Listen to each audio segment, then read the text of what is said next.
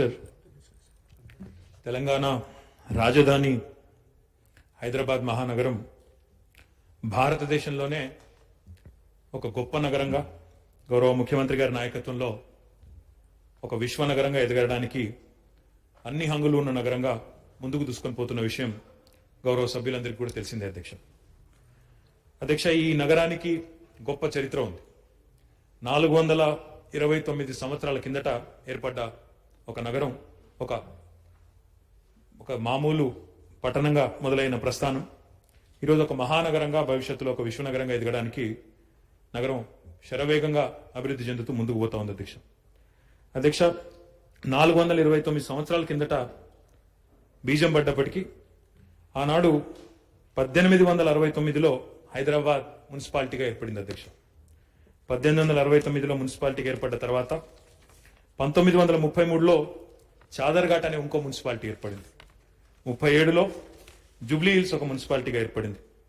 తర్వాత 1945లో సికింద్రాబాద్ ఒక మున్సిపాలిటీగా ఏర్పడింది. అంటే ఇవన్నీ కూడా స్వాతంత్రం రాకపూర్వమే హైదరాబాద్ స్టేట్లోనే ఈ 4 పట్టణాలు కూడా మున్సిపాలిటీలుగా ఆనాడు Hyderabad municipality, Chaderghat municipality, Jubilee Hills municipality, Secunderabad municipality పేరు మీద 1945 నాటికే భారతదేశానికి స్వాతంత్రం వచ్చే పూర్వమే 4 మున్సిపాలిటీగా ఉండేది అధ్యక్ష. తర్వాత స్వాతంత్రం వచ్చిన తర్వాత హైదరాబాద్ స్టేట్ ఒక ప్రత్యేక రాష్ట్రంగా 1948 నుంచి 56 వరకు 8 ఏళ్ల పాటు ఉన్న విషయం మనందరికీ కూడా తెలిసిందే అధ్యక్ష. ఆనాడే హైదరాబాద్ సెపరేట్ స్టేట్ గా ఉన్నప్పుడే, ఇంకా యునైటెడ్ ఆంధ్రప్రదేశ్ అంటే ఉమ్మడి ఆంధ్రప్రదేశ్ అనే రాష్ట్రం ఏర్పడక ముందే 1955లోనే హైదరాబాద్ మున్సిపల్ కార్పొరేషన్ ఏర్పడింది అధ్యక్ష. హైదరాబాద్ సంస్థానంలోనే, హైదరాబాద్ ప్రత్యేక రాష్ట్రంలోనే ఆనాడు హైదరాబాద్ మున్సిపల్ కార్పొరేషన్ 1955లో ఏర్పడింది. ఏర్పడమే ఒక యాక్ట్ కింద, హెచ్ఎంసీ అనే యాక్ట్ కింద, హైదరాబాద్ మున్సిపల్ కార్పొరేషన్ అనే యాక్ట్ కింద ఆనాడు కార్పొరేషన్ ఏర్పాటు చేయడం జరిగింది అధ్యక్ష. ఆనాడు ఉమ్మడి ఆంధ్రప్రదేశ్ ఏర్పడక ముందు ఏదైతే యాక్ట్ మనం తెచ్చుకున్నాం అధ్యక్ష, అప్పటి నుండి ఇప్పటి వరకు మరి చాలా ప్రభుత్వాలు మారినాయి అధ్యక్ష. అప్పటి నుండి ఇప్పటి వరకు 75 సంవత్సరాల్లో తెలుగుదేశం ప్రభుత్వాలు వచ్చినాయి, కాంగ్రెస్ ప్రభుత్వాలు వచ్చినాయి, రాష్ట్రంలో ఎంతో మంది ప్రముఖులు పరిపాలన చేసినారు. కానీ హైదరాబాద్ ని ఒక విశ్వనగరంగా, ఒక సమున్నతమైన స్థాయిలో ప్రజల ఆత్మగౌరవానికి ప్రతీకగా నిలపాలనే ఆలోచన కానీ, దానికి తగ్గ విధంగా మరి ఒక కొత్త చట్టం తీసుకురావాలన్న ఆలోచన కానీ ఏనాడు చేయలేదు అధ్యక్ష. కానీ మన ప్రభుత్వం ఆ ప్రయత్నం చేస్తా ఉంది అధ్యక్ష. దానికి సంబంధించి ఇప్పటికే కొంత ప్రక్రియ కూడా చేసినాం అధ్యక్ష. కానీ ఈ రోజు తెస్తున్న ఈ సవరణలు ఏవైతే ఉన్నాయో, మరి ఒక ముఖ్యమైన 5 సవరణలు ఈరోజు మనం జిహెచ్ఎంసీ యాక్ట్ కు తీసుకొని వస్తా ఉన్నాం అధ్యక్ష. అందులో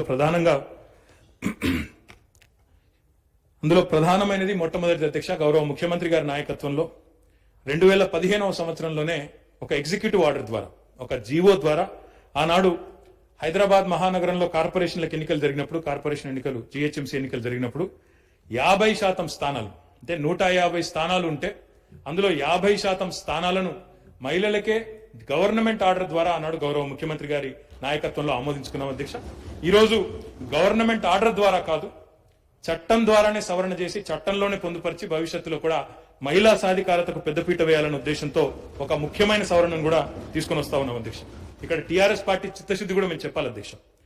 50% మహిళా రిజర్వేషన్ ఆనాడు చేసినప్పటికీ, 75 సీట్లకే అవకాశం ఉన్నప్పటికీ ఇంకొక 4 సీట్లు ఎక్కువగా ఇచ్చి 79 స్థానాల్లో మహిళలను గెలిపించిన ఘనత కూడా టీఆర్ఎస్ ప్రభుత్వానికి దక్కిందన్నమాట కూడా ఈ సందర్భంగా నేను తెలియజేస్తా ఉన్నాను అధ్యక్ష. ఈ రోజు ఇది ఒక అతి ముఖ్యమైన సవరణ. ఎందుకంటే నిన్నగాక మొన్ననే కేంద్ర ప్రభుత్వం కూడా మన అభిప్రాయం అడిగింది అధ్యక్ష.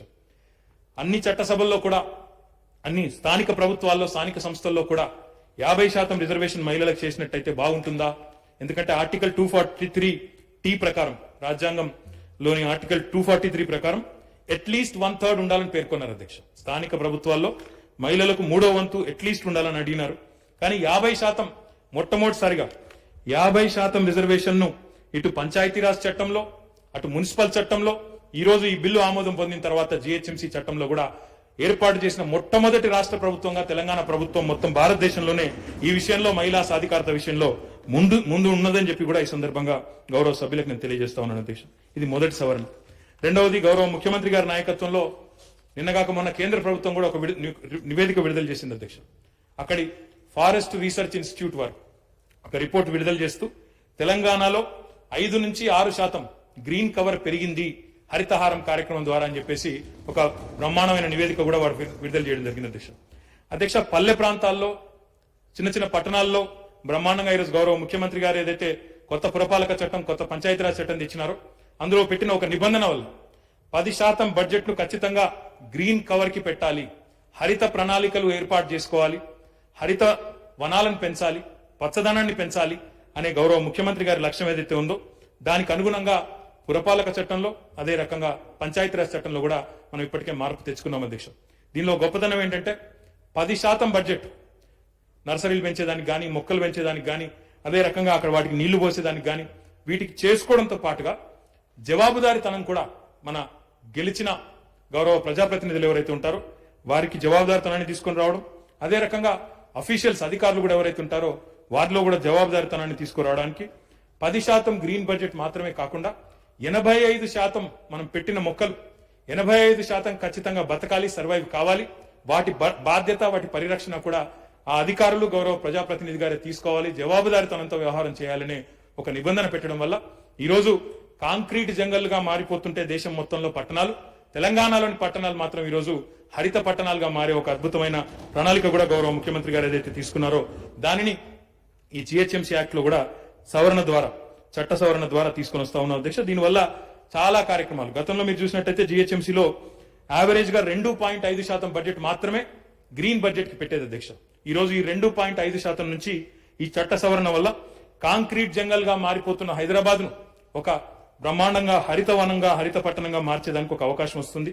2.5% నుండి 10% మేరకు చట్టం ద్వారా మరి ఒక మ్యాండేట్ చేయడం ద్వారా బాగా హరిత వనాలను పెంచొచ్చు, హరితాన్ని పెంచొచ్చు అనే ఉద్దేశంతో ఈ సవరణ కూడా తీసుకొని వస్తా ఉన్నాం అధ్యక్ష. దాంతో పాటుగా పార్టిసిపేటరీ డెమోక్రసీ అంటారు అధ్యక్ష. ప్రజల భాగస్వామ్యంతో పురపాలన అన్న పదంలోనే పౌరుల భాగస్వామ్యంతో కూడిన పాలన అనే ఒక అర్థం స్ఫురిస్తుంది అధ్యక్ష. దానికి అర్థవంతమైన లాజికల్ పద్ధతిలో ముందుకు పోవాలంటే చట్టంలో కూడా దానికి వెసులుబాటు ఉండాలన్న ఉద్దేశంతో డీసెంట్రలైజ్ చేస్తూ డెమోక్రటైజ్ చేస్తూ బ్రహ్మాండంగా ప్రజల్ని భాగస్వామ్యం చేస్తూ వార్డు కమిటీలు కూడా మరి ఏదైతే మున్సిపల్ చట్టంలో తీసుకొచ్చామో అధ్యక్ష జిహెచ్ఎంసీ చట్టంలో కూడా తీసుకొని రాబోతా ఉన్నాం. 4 రకాల వార్డు కమిటీస్ నియమించబోతా ఉన్నాం అధ్యక్ష. ఒక్కొక్క డివిజన్, హైదరాబాద్ లో డివిజన్ అంటారు అధ్యక్ష, ఒక్కొక్క డివిజన్ లో 4 కమిటీల చొప్పున, ఒక్కొక్క కమిటీలో 25 మంది చొప్పున, ఆ కమిటీలో కూడా ఖచ్చితంగా 50% మహిళలు ఉండే విధంగా ప్రతి కమిటీలో 4 కమిటీలు తీసుకొని రాబోతా ఉన్నాం అధ్యక్ష. యూత్ కమిటీ ఉంటుంది, సీనియర్ సిటిజన్స్ కమిటీ ఉంటుంది, మహిళా కమిటీ ఉంటుంది, వాటితో పాటు ఎమినెంట్ సిటిజన్ కమిటీ కూడా ఉంటుంది అధ్యక్ష. ఈ ప్రతి కమిటీలో 25 మంది ఉంటారు.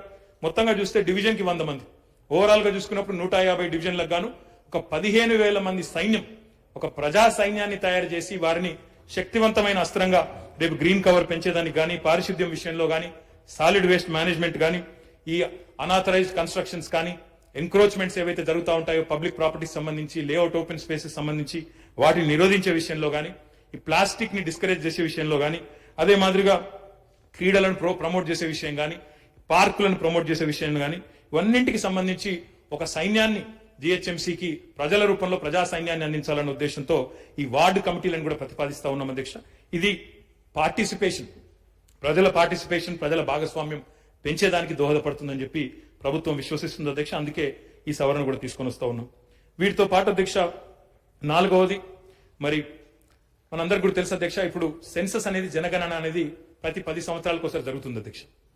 కానీ మాటిమాటికి రిజర్వేషన్లు మార్చడం వల్ల, మాటిమాటికి వార్డు రిజర్వేషన్లు మార్చడం వల్ల ఆ ఎన్నికైన ప్రజాప్రతినిధికి ఒక జవాబుదారితనం ఉండడం లేదు, కంటిన్యూటీ ఉండడం లేదు, ఫోకస్ కూడా ఉండేదానికి ఆస్కారం లేదు. అందుకే తెలంగాణ పురపాలక చట్టంలో గానీ, తెలంగాణ పంచాయతీరాజ్ చట్టంలో గానీ మనం 2 టర్మ్లు రిజర్వేషన్ ఫిక్స్ చేస్తూ ఒక నిబంధన తీసుకుని వచ్చినాం అధ్యక్ష.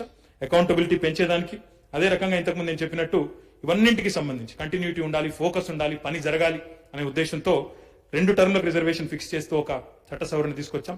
దాన్ని ఈరోజు జిహెచ్ఎంసీ యాక్ట్ లో కూడా పొందుపరుస్తూ మరి ఈ సవరణను కూడా సభ ముందుకు తీసుకొని వచ్చినాం అధ్యక్ష. ఇక్కడ మిత్రులందరినీ నేను గమనించమని కోరేది, కేంద్ర ప్రభుత్వం చేసే జనగణన కూడా 10 ఏళ్లకు ఒకసారి జరుగుతుంది. కాబట్టి మనకు వచ్చే జనగణన 2020లో జరిగి మనకు ఫలితాలు వచ్చి 2023 నాటికి వచ్చేసరికి అప్పటి నుండి కొత్త సిస్టమ్ మళ్ళీ మనం 2 టర్మ్లకు ఫిక్స్ చేసుకొని 24లో జరిగే, 25లో జరిగే, ఆనాడు జరిగే జిహెచ్ఎంసీ ఎన్నికల నుంచి మనం 2 టర్మ్ల పాటు ఫిక్స్ చేసుకుంటాం. గతంలో 2015లో జరిగిన ఎన్నిక మొదటి టర్మ్ గా పరిగణిస్తూ, ఇప్పుడు జరిగే ఎన్నికను 2వ టర్మ్ గా పరిగణిస్తూ ఈ 2 టర్మ్లకు కూడా రిజర్వేషన్ ప్రభుత్వం ఫిక్స్ చేయాలనే ఉద్దేశంతో ఈ సవరణ కూడా తెచ్చింది అధ్యక్ష. ఇక చివరిగా అధ్యక్ష 5వ సవరణ, మరి ఈరోజు ఒకవైపు కోవిడ్ లాంటి సంక్షోభం, అదే రకంగా ప్రభుత్వాలు ఎప్పటికప్పుడు చాలా రకాల ఆలోచనలు, చాలా రకాల మరి సమస్యల నుంచి కూడా మరి ఎప్పటికప్పుడు పరిష్కారాలు వెతుకుతూ ప్రజా సంక్షేమం కోసం, అభివృద్ధి కోసం పనిచేస్తూ ఉంటాయి అధ్యక్ష. ముఖ్యంగా రాష్ట్ర ప్రభుత్వం యొక్క పాత్ర ఇందులో చాలా కీలకంగా ఉంటుంది. అందుకే ఒకవైపు ఈ కోవిడ్ సంక్షోభము, అదే రకంగా సర్వసాధారణంగా అప్పుడప్పుడు ఇప్పుడు వర్షాలు కూడా కుంభవృష్టిగా పడతా ఉన్నాయి అధ్యక్ష. అక్కడ వాయుగుండం వచ్చిందని చెప్తా ఉన్నారు. ఇట్లాంటి ఎన్నెన్నో పరిస్థితులు ఉత్పన్నమవుతా ఉంటాయి. కాబట్టి ఎన్నికలు ఎప్పుడు నిర్వహించాలి అనే అంశం రాష్ట్ర ప్రభుత్వంతో సంప్రదించి రాష్ట్ర ప్రభుత్వం కంకరెన్స్ తీసుకొని మనం స్టేట్ ఎలక్షన్ కమిషన్ నిర్వహించాలనే ఒక సవరణ కూడా తీసుకొని వచ్చాం అధ్యక్ష. ఎందుకంటే ఇందులో చాలా అంశాలు ఇమిడి ఉంటాయి.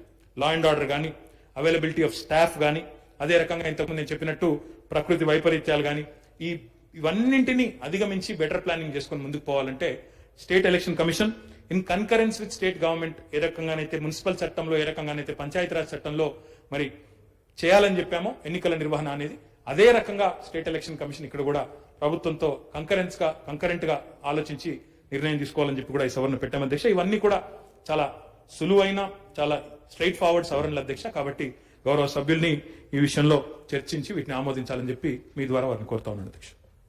Now the discussion